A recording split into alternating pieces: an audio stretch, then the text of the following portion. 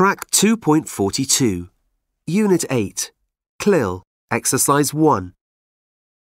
A map is a representation of a place.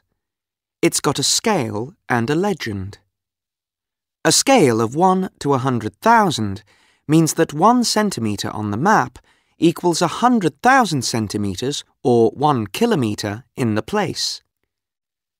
There are some symbols in the legend. An area with green trees is a forest, and a blue line is a river.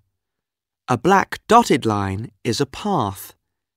There is a small black triangle and a number for a hill. The number, for example 279, means that the hill is 279 metres high. Red lines are roads, and a railway is a black line with smaller lines on it. A black circle on a railway is a train station. A red area is a city or town. Next to the red area is the name of the city.